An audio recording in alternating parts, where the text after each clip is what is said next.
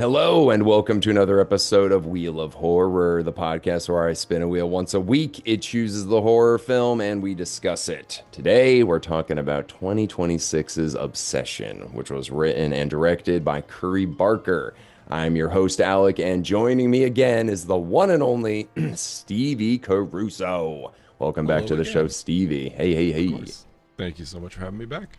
Yeah, man. We were going to have Mike Molino on here. Something just came up last minute, so we're super bummed about that. But it's okay. We're talking Obsession, the movie that is like taken over the world, it seems like in the last month. We're recording this literally a month after it came out, 1 month. So we're a little late to the game, but very fun movie. I'm excited to talk about it. I'm very curious, Stevie. Is this up your alley? What did you think about it? First Oh, I loved impressions? it. You I thought it loved was so it. good. Yeah. Yeah, it's refreshing, man. I'm so happy to have just like I don't know, people like horror is in the zeitgeist right now. It's dethroning Star Wars, which I never thought would happen. So it's really Yeah. nice to just have a movie like this and Backrooms back to back, you know. Yeah. I haven't seen Backrooms yet, but I'm waiting on that one. Check it out. It's good, man. I'm still leaning more towards Obsession, but we can Mhm. kind of get into maybe why. But yeah, no, I also just like you. Might be my favorite of the year. I can't really think of anything else that's come out this year that I like more than this, but it's been a great year for horror Yeah. overall. You saw The Bone Temple. Have you seen that yet? Yes, I Okay, did. love that one. I haven't seen Hokum yet. I know that one's a big one that everybody's talking about with Adam Is that out Scott. yet? Yeah, I think it came out last month, and then I think this just came out and just like shut the world down. They're like, nope, Oh, no one's talking about anything else. Yeah, I think it okay. came out about a month ago. Evil Dead's coming out next month, so we got some. Oh, and Scream, which was, but we got some heavy hitters. So, but the thing about this one, I want to know, like, what is your experience with Curry Barker? Have you watched any of his shorts? Like, was this your first introduction to him? No, I haven't seen his. I want to go like now. I plan to look online and like try to find some old stuff because I guess he just started on like YouTube doing like short horror flicks and stuff like that, and then they just picked him up and were like, "Oh, okay, make a whole movie." To a I don't degree, know. yeah. So like he basically went to college. I think he went to NYFA, which is New York Film Academy, and he met the main, not the main actor from this, but the best friend, Ian. They were Okay. roommates and they met in college. And then they're like, dude, let's just start fucking making sketches or whatever.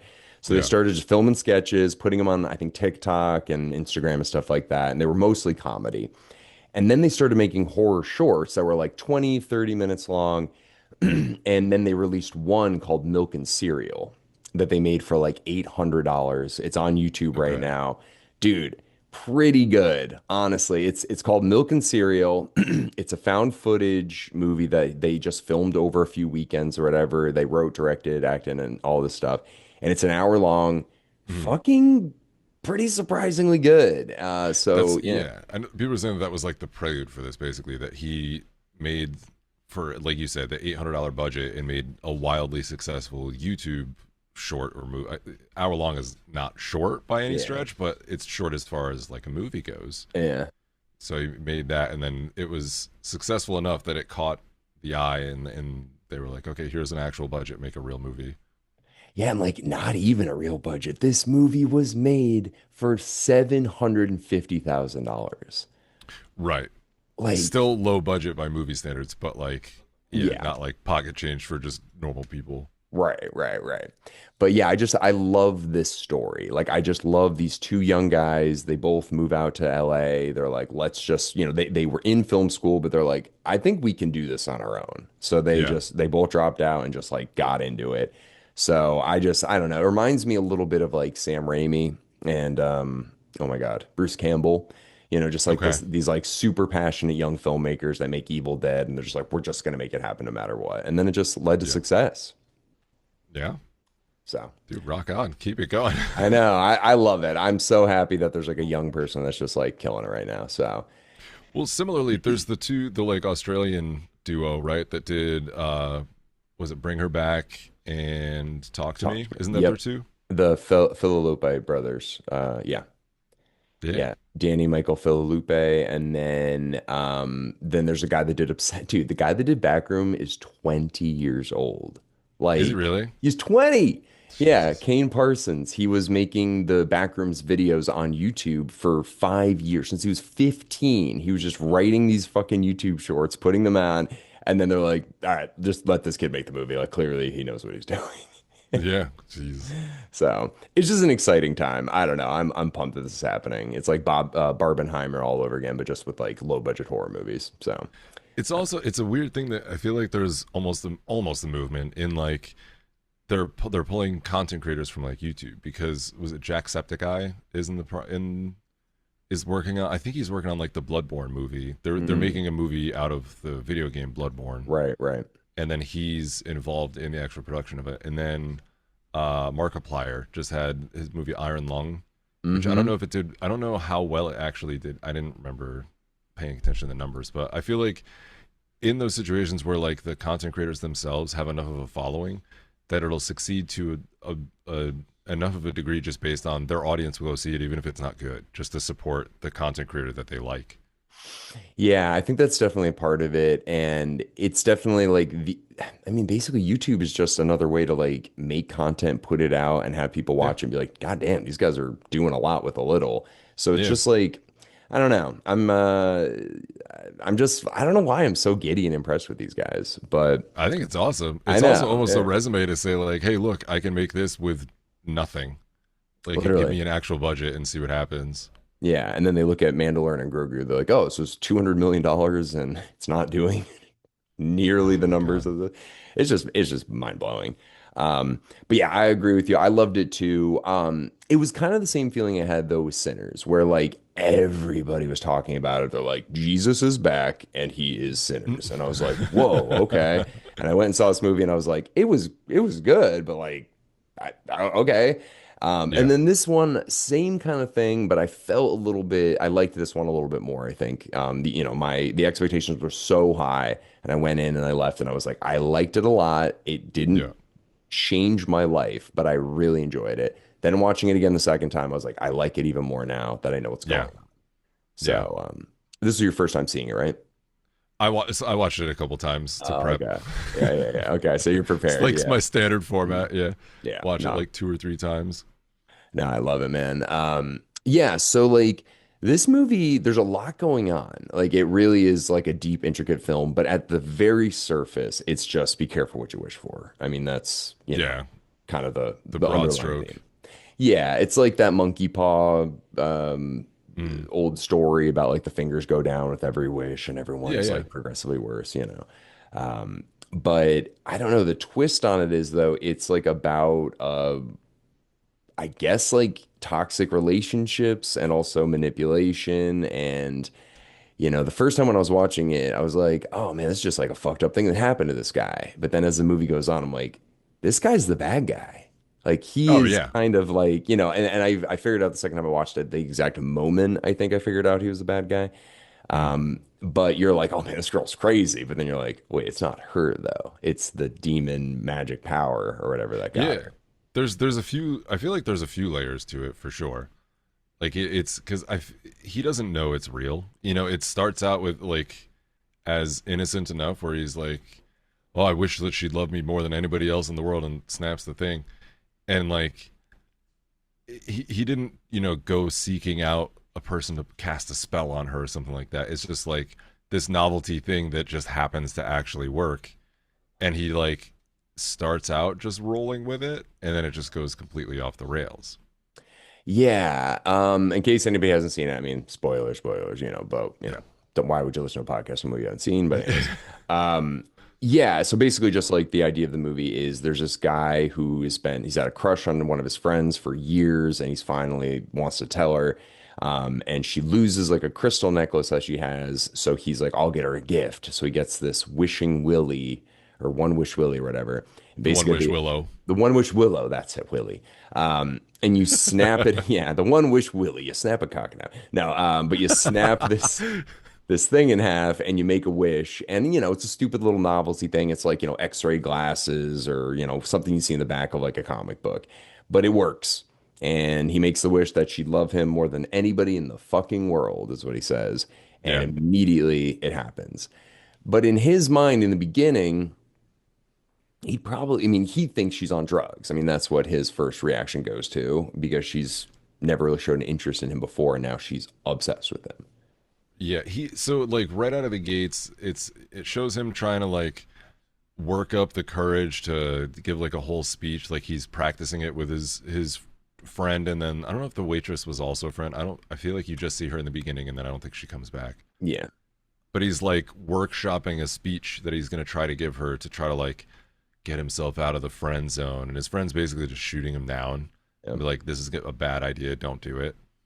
Um, but then he just so they hang out. They do trivia every week or whatever. They go to trivia. He's like kind of trying to broach the subject, and his friend like just kind of cock blocks him and is like, "Nope, not happening. Not doing this tonight. Like, don't do it." And then as they're leaving, she's like, "Oh, I just want to go home," and he's like, "No, we're gonna go do karaoke." And then Bear, the main character, is like, "Oh, I'll bring you home. It's fine." And then Yeah. that's where like all this stuff takes a turn. Yeah, and I want to ask you, I mean, since we're talking about the first scene, when I watched it in the movie theater, the first time I saw it, I was like, man, I kind of feel like Ian, the friend, has a crush on the girl because Immediately. there's one line in the beginning, dude, where he was just like, oh, Nikki doesn't like that. Like, trust me, like Nikki doesn't like Yeah. that. And that line set me off. I was like, does he like Nikki? Sort of thing. And then Dude. as the movie goes on, he does. They've been hooking up for a couple years. And Yeah. then upon the second viewing, knowing that piece of information that Ian actually and Nikki were hooking up, it changes like the whole way The you whole see the dynamic. movie. Yeah, I mean, Yeah. it's like everything he's doing is like he's like, there's no way this is real. Like, there's no way she's with Right. you, like sort of thing. And And he's trying to deter him the whole time, and he keeps telling him like he kind of tries to tell him there's no shot and tries to shoot him down. And it's but yeah, it's you can kind of tell.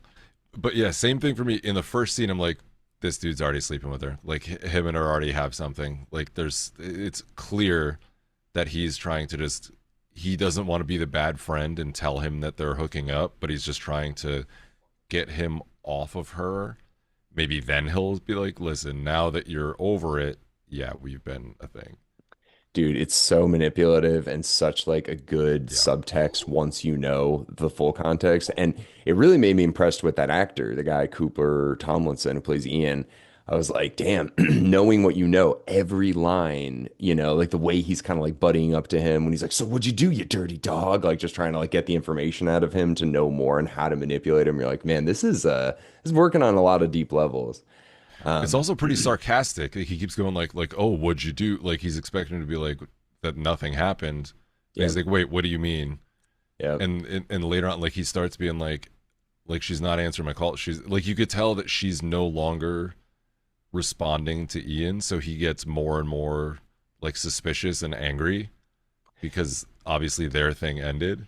Yep, and he gets invested because like he's looking into her father in the hospital. He's like, I called the hospital. Like, there's no way because like he's like, I don't understand what's going on. How could this be possible? I need to figure it out. So he's calling the hospital, all this crazy stuff to find Yeah, out why she's obsessed with them. Um, and I mean, the acting too. I mean, everybody's been raving about it, obviously, but the woman, Indy Navarrete, who plays Nikki, I mean, god damn, some of the lines she delivered and like the way she just like dude, snapped in and out of like reality in the beginning, it's incredible. really good, and it's like you can kind of see too. There's clearly a struggle happening with like I don't know if it's supposed to be a demon or what it is that's supposed to be actually like possessing her or whatever or taking over. But when she snaps back and forth a few times, it's so good of her being like at first when it happens, she kind of goes like, "Oh my god, I'm being so weird," and it's actually kind of hot. The line between what's her and what's the whatever is not super clear at first. Like she goes like, "Oh, I'm being so weird," and it's almost like maybe she like almost just lost control for a second and didn't know why and was like trying to just reel it back in. So maybe she's trying to play it cool, but you don't know how much is her and how much is whatever else. It's Yeah, really good.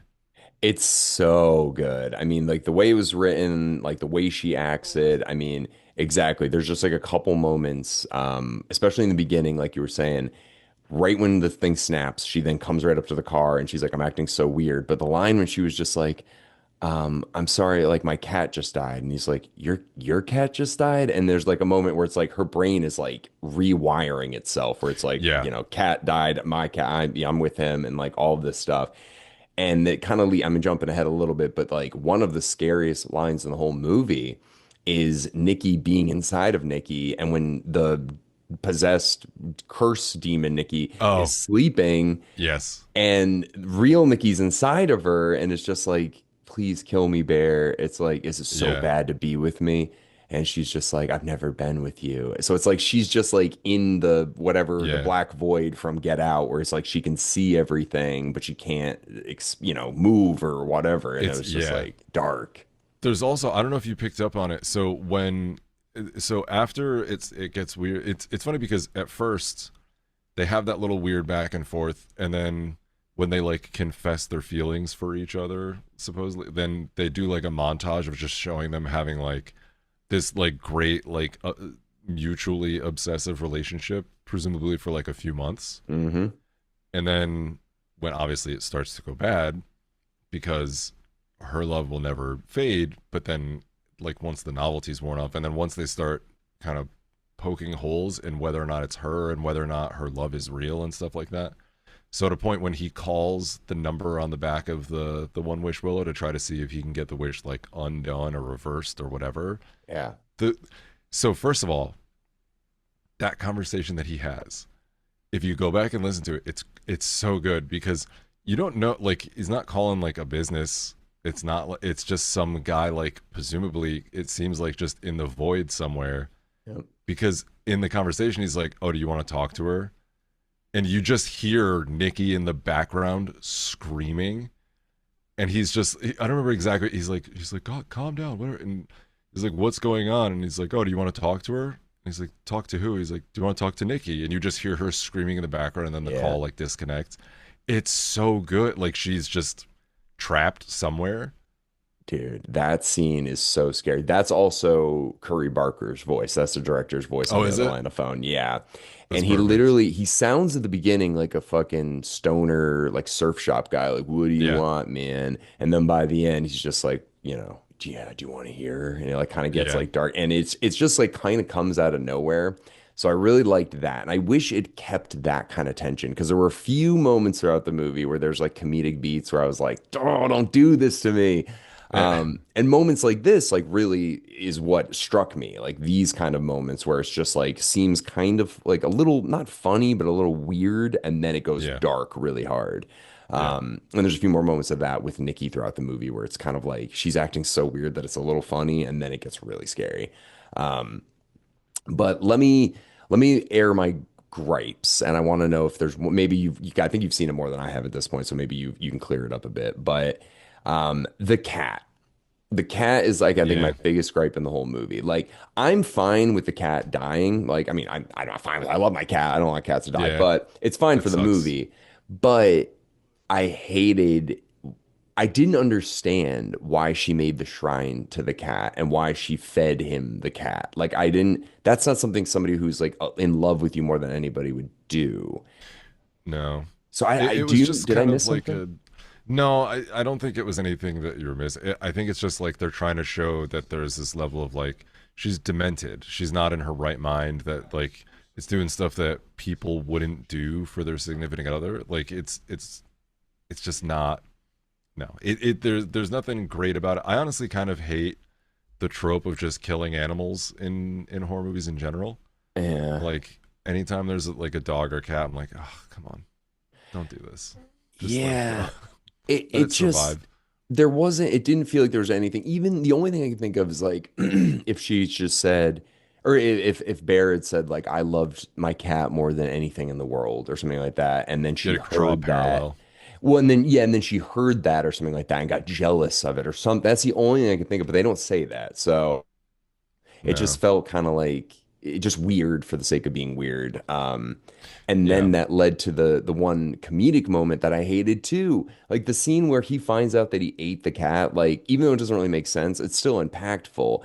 And Yeah. then you've got Sarah, the girl, being like, "What is this? Like, what does cat mean?" And then he goes like, "Inside joke," and he's throwing up in the bucket. I was like, "God damn it, don't do this!" Like, it could be funny in another movie, but this movie was doing so well with the tension and all this stuff Yeah. to throw this little like that'd be funny moment. I was like, "God damn it, Curry Barker, don't do this to me." But I don't know. Would you did you like that joke? I didn't mind it, but I don't know. I feel like a lot of horror movies these days they're trying to kind of juxtapose, like they use the scary, then the laugh. Like the laugh kind of eases the tension to give you like a false sense of security, and then they like hit you over the head with something scary again, and it's like, oh right, this is not okay. Like we're not safe here. Yeah, that just felt like such like a funny throw, like transition laugh scene or whatever. Yeah, Like, it was weird. but anyways, honestly, that's pretty much my only two major gripes with it. Otherwise, I thought it was pretty much exquisitely executed. I mean, it reminded me of It Follows. Not at all in premises, but Hmm. have you seen It Follows? Yeah, yeah, I like the Um, movie. dude, but like for something about like I didn't know when this took place. Like I knew it was modern, but there was so much like old technology. Like they're watching movies on old TVs. Yeah. They weren't on their phones constantly. So it kind of had and the friendship kind of felt like the friend group from It Follows. I don't Hmm. know what it was. It just felt very relatable.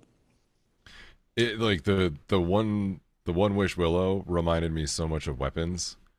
Just Yeah, just in the tactile action of breaking a stick just made me think of Weapons. that's a good comparison. I did not think of. Yeah, I But know it's. like, Oh, sorry, go. oh, so, no, sorry, I was gonna say the breaking of the stick. It's one of my favorite. There's so I love background tension, like stuff that like it takes you a second for you to realize that something's going wrong. Mm. So like when he snaps it and then she's just standing and you just see her silhouette on the porch. That's the first like unnerving moment, and it's fantastic. Yeah, man. Yeah, this movie does. I mean, we're gonna get to the end eventually, but the ending is kind of similar too, where it's just like something horrible's about to happen, then all of a sudden something happens and she just Yeah, snaps out of it, and you're like, oh my yeah, God. So yeah, it had a lot of moments like that, and I guess it was funny because he gets the willow from this like crystal store that sells, yeah, kind of just like crystals and sage and just like, occult stuff essentially. Um, and it says all over the box like this is real, like don't mess with this, like yeah, warning, all this stuff.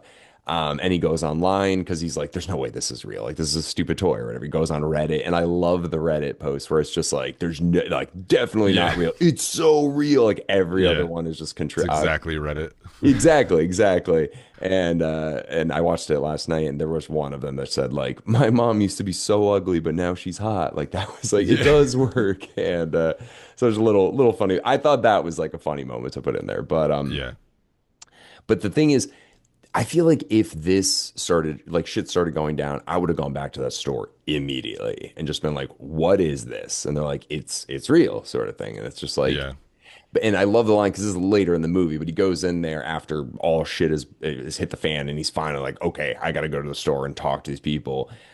He's yelling at the clerk. He's like, "How could you sell these to people?" And he's like, "There's warnings all over it, man."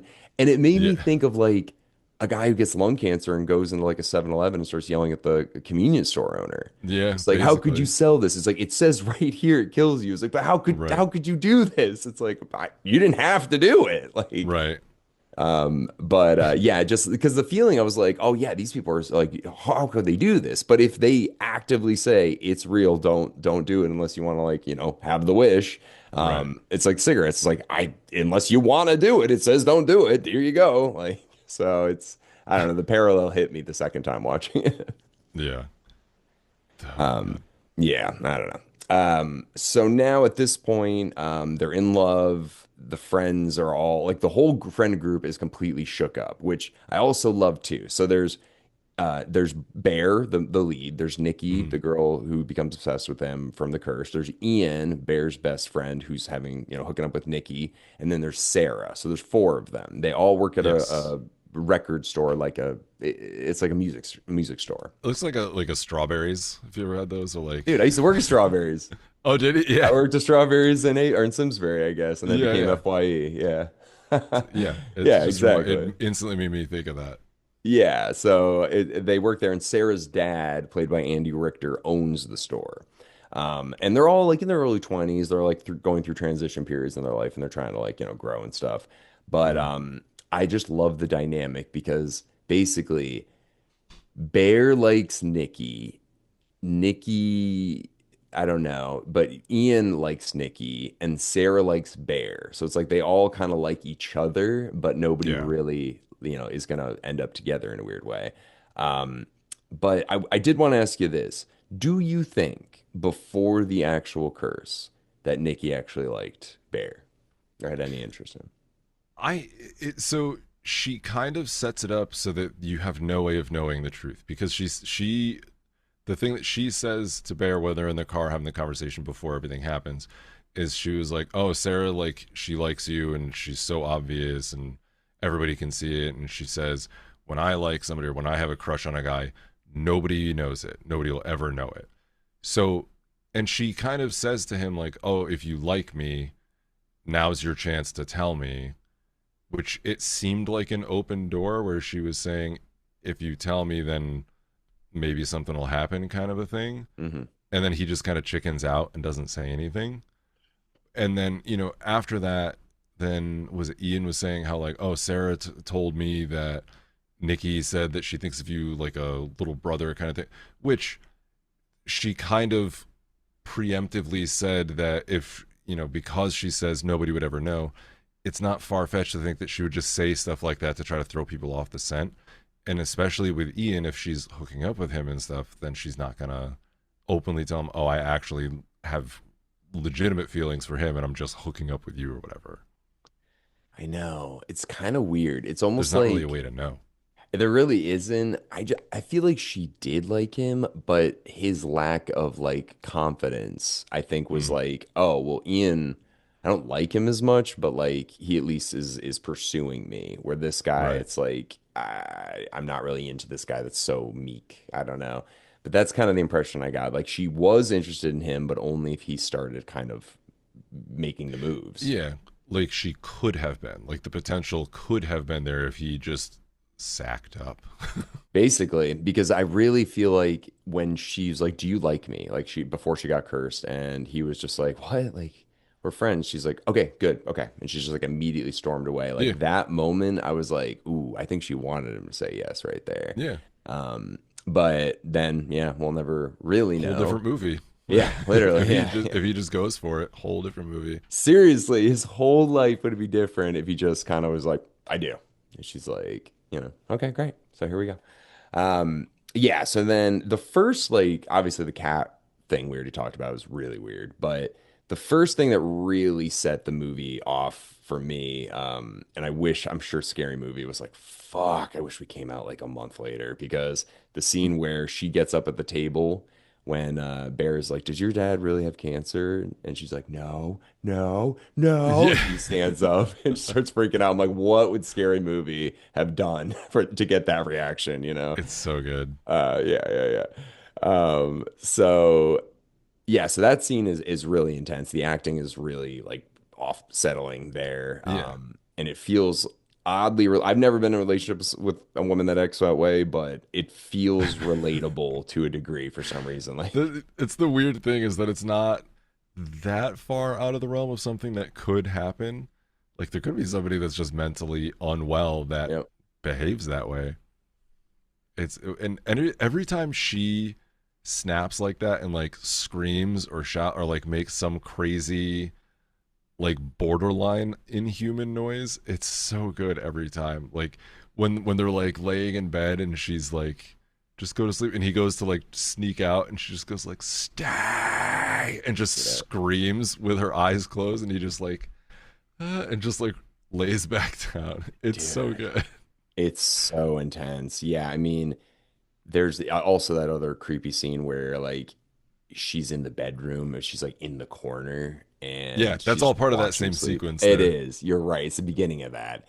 Dude, that scene is so creepy. And yeah, like the way she like walks backwards all Yeah, she's it's strange. all And jittery and it's very good. yeah, all those moments are really, off-putting. And it could only be done by an actress that like pulls it off like this. Like it really quickly could go Oh into yeah, Goofy Town and she kept it on. she fully committed to it, which I Yeah. think. sold it. I also love. I saw something popped up where like her super frown is like becoming a viral thing. Yeah, her just going like frowning so hard that like it hurts, kind of like that scene was so funny. That was, I think, when they all went to Ian's for a party, right? And they were playing spin the bottle. I think that's where that was, because Yep. he rolled like, oh, kiss the person to your left or whatever. And so she like gets real sad and makes that face, and the whole movie just kind of stops for a minute, and she just stands there making that face, and then goes over and drags Sarah like out of the circle and is like, I'm standing to the left, ha ha ha. Like, Yeah, dude, that scene. So basically, right after the scene that about where he eats the cat at work, and that's the mm, next scene is basically him getting in the car, talking to Ian about the party, and Ian's like, yeah, I don't want Sarah at the party, basically. Like right, something's wrong with her. It's like she's having a mental breakdown and she's taking advantage of you, you're taking advantage of her. There's this like really unhealthy codependency thing going on, and I don't want to be a part of it. So you can yeah. come to the party, but she's not coming. Well, he preempts it by saying like, okay, like you guys are codependent. Like Nikki's clearly going through something right now, like a mental break or whatever. Which again, now the subtext of like she's clearly going through something because she stopped hooking up with him. So Oh like yeah. Yep. from his perspective, he's like she's clearly something's going on and she's like leaning on Bear right now. Um, but then yeah, he's like, okay, well we're supposed to all hang out tonight, so now we're just gonna do boys' night.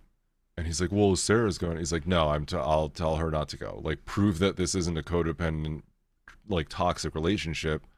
If it's not, then you should be able to go to boys' night and it shouldn't be a problem.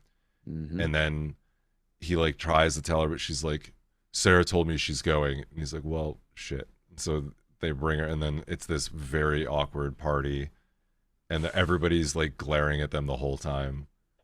Dude, and it's super awkward just because like the kind of the way she's behaving, she's laughing like very like just awkwardly, like Yeah, at louder the than wrong everybody. time and laughing too hard. Yeah, it's just odd. And then the scene that's like really uncomfortable is she The Hansel and stands up. Gretel. Yeah, she's because like they do a decent job of kind of developing everybody's characters, and they explain that Nikki wants to be like a writer, and she's been writing like romance and love stories, and she's quitting her job because she's like, I gotta like get out of this town. I gotta like grow Yeah, up, basically. And Sarah, they also give her a decent backstory where it's like she wants to go to this. so Uh, stupid. what, you didn't like it? So stupid. Why? She wanted to go to art school, didn't she? It's stupid because they're do it so okay. They do a thing with so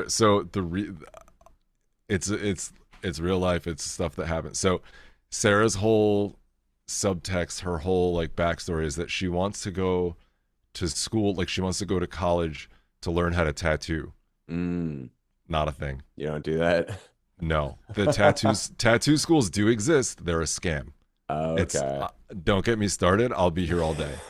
But like, but then it made me think like, oh, okay, so somebody like maybe Curry Barker when he's writing just like Googled how do you become a tattoo artist, and then was just like, oh, school for tattoo. Yeah, you go into art school to Right. learn a tattoo, and it was just like, so I couldn't help it. Every time they talked about her thing, I'm just like, ugh, okay, yeah, whatever. You're coming at it from like a insider baseball, like, Yeah, when people watch musicians, like actors trying to play guitar, like he's not fucking playing guitar. He's not fucking yeah, like, yeah. yeah. It's like if when you watch somebody do something that you're proficient at, and you go like, that's wrong, that's wrong, that's wrong. That's not how it works. Right, right. Yeah, for So me, I it, was just like, oh yeah, art school. I bet you got to do that. 7 years, I bet, yeah, So, okay, so yeah, you're right, because she did say she wanted to be a tattoo artist, and it did not click. I thought she was just going to art school.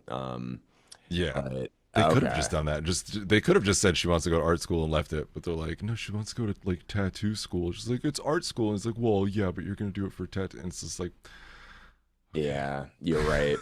But it did, for some reason, the second time I watched it, there was this one scene where he eats the cat, basically at the beginning of that scene, where Andy Richter, her dad, who's the owner of the store, they're at mm. work, comes up and gives her the letter, and she opens it, and she didn't get into school that she wanted. And he didn't seem that upset about it. He's like, ah, it's all right, honey, whatever, and just kind of walked He's away. like, And I oh, was guess like, you got to work here yeah, still. right. And I was like, oh, my baby girl's gonna have to stay here, like, Yeah, and that I got that impression from just that one line. And then it just like, and then you see that Sarah likes Bear and she's also trying to get out of this town and like better her situation. So Yeah. it was weird. Like Bear and Ian didn't really seem like they had much going on other than their obsession with Nikki, essentially. Yeah. They're just like friends, but I don't know what their interests are to any degree. But Nikki and Sarah seem like they had actual like development to a degree The before funny thing this is thing. too, he's obsessed with Nikki. Sarah seems like she has way more depth. I Like, know. I know. My girlfriend said the same thing. She's like, I feel like they're supposed to be together. Like, like Nikki yeah, and Sarah, or not Nikki, Sarah and Bear, they definitely seem like they have more in common. yeah, But I don't know. absolutely. But he, probably sits and just like doom scrolls on her Instagram or whatever, Yep. because it does show. So it has to be at least somewhat modern day, because they're not on their phones constantly, but they are on their phones a couple times, and you do see him like looking at like her Instagram. Oh, it's definitely 2024 because you see when she opens the acceptance letter, or when Bear opens her acceptance letter and there's blood all Mm, over it, it says 2024, class of 2027. So it's definitely modern okay. times. And I think so as it follows, but it just felt like a weird, I don't know, like you were lost in time. You didn't really know what year it was. Even though they Yeah. tell you what year it is, it almost feels like an alternative year where maybe people aren't Yeah. so obsessed Well, with there's like technology. technologically arrested development where we just like stopped in the 90s. Yeah, it's weird. But yeah, so then at this point, the scene, yeah, we're just about to talk about. Sorry, I jumped on this whole tangent about character That's fine. development, but it goes back to the point we're talking about. Nikki is an art or a writer, so she wanted to be a writer. So then she tells this like paragraph from her latest story to everybody, but it's about Yeah. like having sex with her brother. And if he won't have sex with her, she'll fillet his arm and roll it into a Twizzler and put it inside of her. And I was like, oh my God. Eh, It's this whole, if you listen to it's Hansel and Gretel, but from the like weird perspective that like that they're romantically involved, and it's so awkward and so uncomfortable, and the whole room is just sitting there like just all awestruck and frozen in their cringe moments while she's saying, and they're just like, it's just a little part of my new story. Dude, probably the hardest I laughed of the whole movie is right after that when Ian is just like, "Does anybody want Jello shots?" I was like, "Yeah, I'll take one." And just like, Yeah. and they just like get up to get like that felt so Yeah. real. So yeah, after that, I mean, everybody's like, "Okay, oh no!" And then the way it ends is the craziest thing. So clearly, at this point, Bear is like, something is clearly wrong. I don't know if he's Yeah. completely pieced it together that it's the one I can't remember if he's called them or not yet at this point, but she has this moment where she snaps out of the possession thing, breaks a bottle and keeps going, it's not me, and starts stabbing herself in the face. Yeah. That scene was like, okay, this is really intense. And then I think that's the last time everybody's like together. They're like, we don't want anything to do with this anymore. Yeah. They kind of like disown them. And in my mind, I guess if I was Ian at this point, Sarah, I would kind of think like he took her to a hypnotist or something, or he like something happened. I wouldn't think it was a spell, but I think like you did something to her, dude.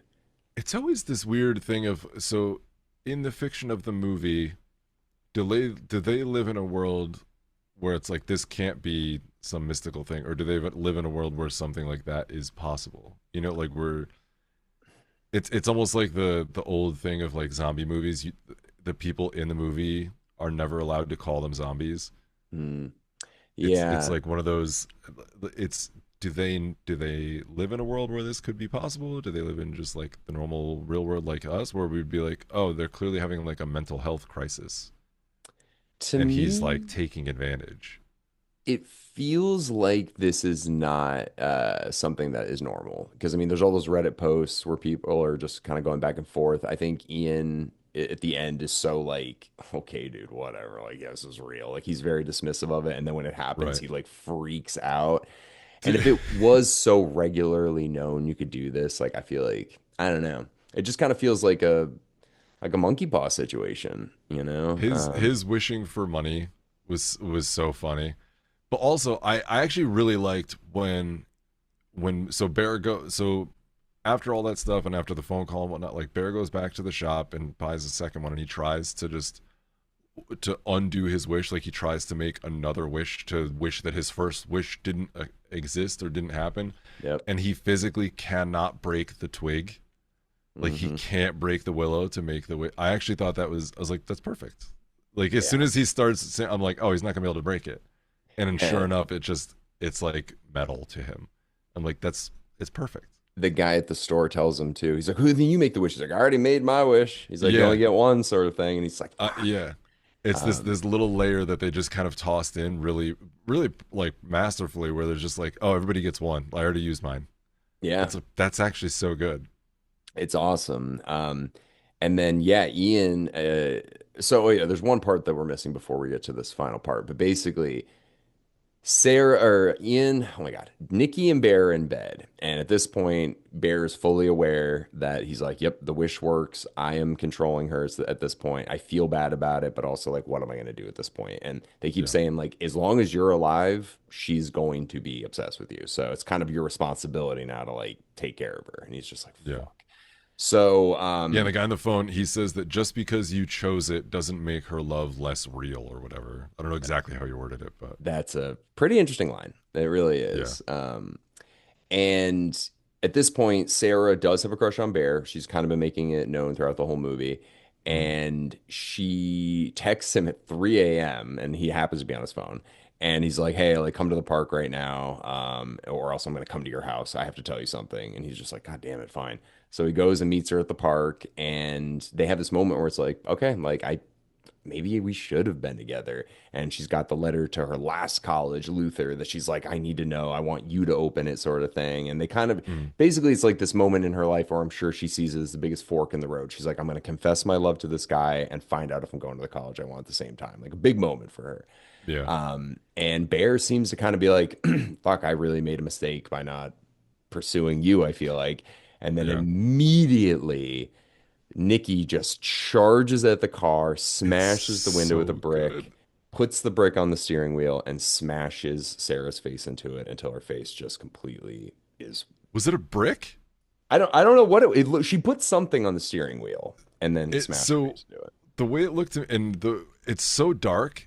So what I thought happened, I thought she broke the window with her own face Oh, and then reached in and was just bouncing her head off the steering wheel until she caved her face in. I could I be have to go wrong. back and watch it again, but I literally I thought she put her head like put her own head through the window to break it. I mean, maybe, but I feel like your skull would be shattered if you did that. But But she's a demon. she is a demon. She does cut up her face and she doesn't have to go to the hospital for some reason. Yeah. But maybe, yeah, no, when I rewatch it, I'll pay attention more. But I feel like I saw a brick. It And could then be. It was so dark that it would have been easy to miss. and then at this point though, the demon is like, "Hey, you wished for this fucker. He's Like, like, you did yeah, this. This this is your is your fault. fault." And he's just like, "Fuck." Like is at that point, it's almost like the demon is like a child in a weird way. And that at that point though, it's Yeah. like, nope, I'm in on it. You are this is your fault or whatever. And now I'm gonna Yeah. like manipulate you. Because at that point I'm like, why doesn't he just call the cops and blame her? Now he's an Yeah. accessory to murder. There's no way. Just send her to jail. Yeah, be like, listen, she smashed this window. I don't know, she's crazy. But they don't do that. And then she's like, okay, you go home. I'll take care of the body. And he's just like in She shell says it. shock. So, she's like, I have to take care of the body. He's just like, Like, yeah. So then in his mind, he's like, I got to do something about this. He immediately goes to the store, yells at the guy. We already talked about this. He's covered in blood. yeah, yeah, And then he goes to Ian's house because he buys another wishing willow. You just talked about how he couldn't break it. So he's like, yeah, okay, I'm yeah. going to make Ian reverse my wish. So he goes there, explains the whole thing to Ian. Ian's like, okay, well, I wish for $1 billion. Snaps it. $1 billion just It just rains starts down on him. raining down. Yeah. And I thought he was going to die there. I thought it was going to hit him and then just like continue to pile on him until he died. Can you imagine But it was just one giant sack and it just crushed him in that right. moment? Because there's no like he didn't specify. So Right. you'd think the demon rules would just be like, okay, house It's just gets almost like, crushed. do you ever see, was it the Wishmaster, the old one? The genie one, right? Yeah, it's Yes. a djinn or whatever, Yep, right? yep, yep. Yeah. It's Yeah, like exactly. you have to wish as specifically as possible. Do Otherwise the wish so will screw many you. I remember. I mean, I think Monkey Paw might be like the first example I can think of, but like Twilight Zone's done this. Obviously, Simpsons. Yeah, I yeah. think this is based on the Simpsons rendition of Monkey Paw because that's how young this Oh, guy the is. That he saw the like Treehouse of Horror. yes, exactly. I think he was probably like 12 when he saw the Treehouse of Horror that was doing the rendition of Monkey Yeah, Paw, and he's like, "That's a good idea," you know. yeah. So, um, I could totally be. I don't know if that's accurate, but But honestly, it pulls from so many different inspirations. Like it could come from a collection of places. oh yeah, yeah. No, this I love the idea of this where it's like you're not specific enough and then the wish gets screwed on you. But so then Ian gets the $1 billion and oh my God, Bear is just like shit. I got to get back to my house and make sure that whatever's going on is, whatever. Got to make sure that nothing crazy is going on. So he gets to his house and it's crazy. It's insane. You got Yep. Sarah's destroyed body, her face. She's naked now and she's like Hmm. tied up in the chair. And it looks like Nikki was trying to set up like a suicide lovers spat between Ian and Sarah to make it seem like okay, he did it to her and that's how they were going to pull it off. That's what I kind of figured. There's also, so did you notice the layers here too? That so Nikki, obviously after she kills her and like strips her down and all this different stuff. So when she comes back and when she confronts Bear in that moment, she has drawn Sarah's tattoo on her chest. Hmm. I don't know if she might just actually be wearing her clothes like that, because Sarah's body is just like naked on a chair or whatever, like bloodied up and everything. And then it's dark, so it's hard to see, but she has Sarah's hair on her head. I don't know if she Hmm. like scalped her or shaved her head or whatever, but and they both have dark hair, so it's hard to exactly see. But like, it looks like she had like is trying to make herself, because she saw that Bear liked Sarah, so now she's trying to make herself the closest proxy to her to try to get him to like her, to love her. It's it's so wild. I did not pick that up the first time, and then my girlfriend pointed out she's like she didn't have a heart tattoo earlier in the Yeah, movie, and then I was like, oh shit, Sarah did. yeah, 100%, dude. That's so crazy that her brain's just like, well, he likes her, I'll be her now. And there's a line earlier in the movie where she's crying to him, Nikki's crying to Bear and being like, I'll be whoever you want me to be. I'll be whoever. It's like, I want you to be Nikki, and she's like, I can't, and was like, yeah, like so like it's got a lot of fucking layers, and this is another one of them where she's willing to dress and act however, and yeah. including being another person. So then Ian breaks the door in because he hears screaming. She immediately takes the gun, which they foreshadow earlier by saying, "My dad has a gun at the build at the music store." So when Mhm. she's got the body there, she grabs the gun, comes back, shoots It's so like Ian. unceremonious. Like it's just like it happens so abruptly, and there's no like fanfare. There's no like moment. There's nothing to. It's just like blah. I told you, and like it's a beat, and she goes right through it, right past it, and just keeps on whatever conversation she was trying to have with Bear. It's honestly amazing. It's Yeah, so well done. it subverts your expectations for sure, and you're like sad for a second, but you're like, "Oh, what's gonna happen next now? What's gonna happen next now?" Yeah. Like you're immediately just like, "Fuck, that sucks. I like that guy. All right, what's now?" Um, and then yeah, the way it ends is basically Bear is like, "I have to kill myself. Like Sarah's dead, Ian's dead, Nikki's a possessed demon. My life is never gonna be normal. I have to kill myself." So he Right. goes in, he takes the gun, goes in the bathroom, thinks about shooting himself, doesn't do it, finds the pills that somehow his cat got into. And I don't know if it's his grandma's because he said he inherited his house. Yeah. So I I believe it think, was his grandmother's medications and the cat. Like, so I guess that's kind of the purpose of like the cat dying, is it foreshadows in the beginning of the movie that that's how it's going to end for him. Is mm, that he like, cause so he like tries to put the gun in like against his head and is just like, no, and like tries to put it against his chest and he's like trying to calculate and then puts it down and then just takes like a handful of pills. yeah. And you can see he takes the pills and then tries to make himself throw up. And then he kind of sits there. He's just like, I can't do it. He's like, I'm going to die. and then just kind of stands up in this, like, you can see the moment of just kind of like there's no going back now. I've got Yeah. like maybe a couple minutes. I might as well just go out there. And It's just like grim acceptance. it was a very well acted performance, I thought. And he leaves the bathroom, goes and lays on Nikki's lap, and starts convulsing and dying. And Nikki starts crying, crying, crying. And she takes the gun, and it's like a Romeo Juliet moment where she's like, "I'm gonna just kill myself." And then right before she puts the gun in her mouth, Bear dies. The curse is removed, and then Nikki just real Nikki snaps back. Her face is Yeah. fucked up.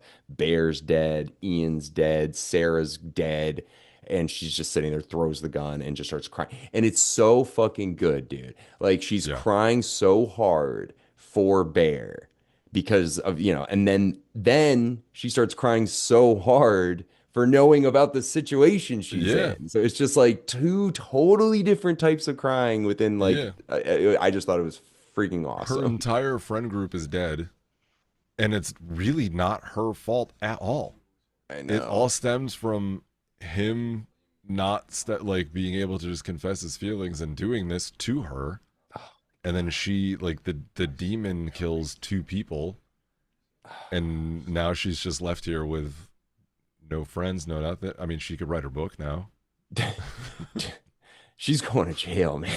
Like, Yeah, she could she's write all the book from jail. she's gonna have to write the book from jail because, like, nobody, the guy was possessed by a wishing willow. Like, no, like, Yeah.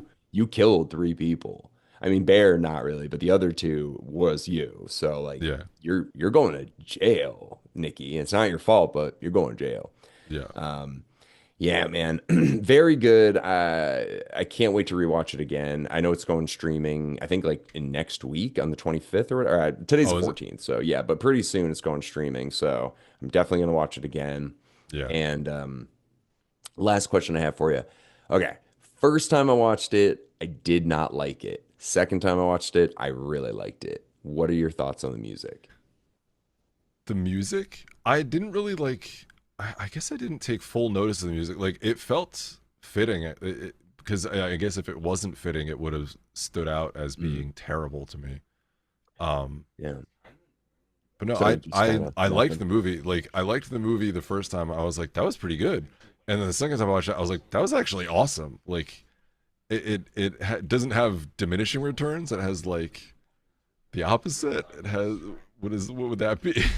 Yeah, return on investment. I don't know. Exponential returns. I don't know. Like, it's paying dividends every time I'm watching it. Like, it just, I enjoy it more every time I'm watching it. There's so many layers to it.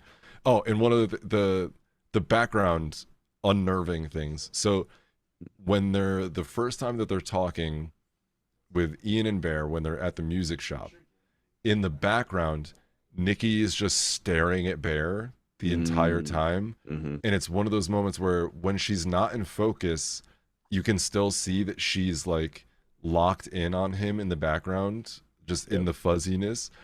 That anytime that happens in a movie, it's one of my favorite things.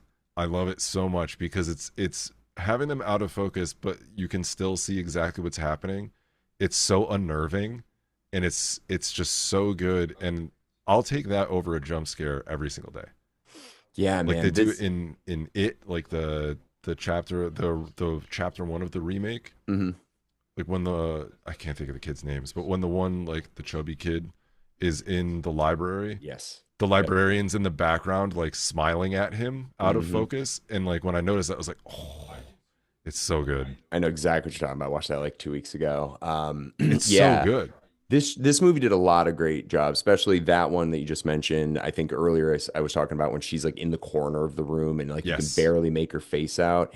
And dude, when she's crying, she's like, "I feel like I love you more than you love me." And it was just like the shadow, the way that was lit Yeah. was horrifying because you couldn't really see everything.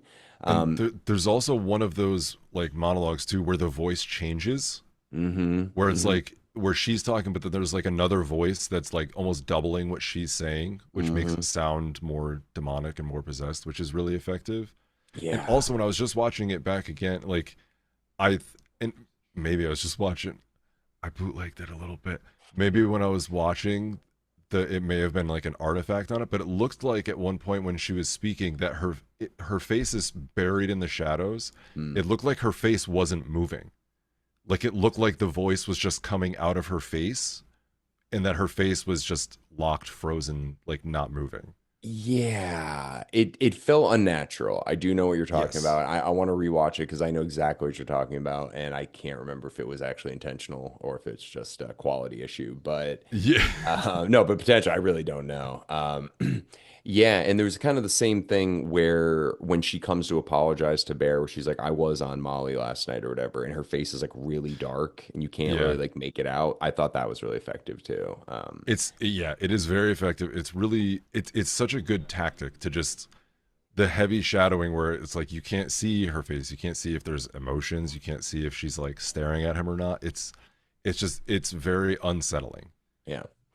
Yeah, no. So, hey, listen, I really enjoyed this. If anybody asked me, I'd be like, go see it. Like, go in as Yeah. blind as you can, enjoy it. And I'm just again so impressed with Curry Barker and Cooper Tomlinson just for making their dreams come true, making movies like this. And as of this date right now, it's June 14th. This movie's been out for less than a month and it was made for $750,000 and has, as of now, made $286 million. That's That crazy. is nuts. And now Curry Barker is he's got a new movie coming out, I think, next year. And then he's also doing the Texas Chainsaw Massacre remake. They're remaking the original one from 1974, or three or four, four. And he's doing it. So I'm I was gonna say interested. he's got a golden ticket now. Like Seriously. he'll be able to do whatever he wants, and like all the different movie studios will fight over him.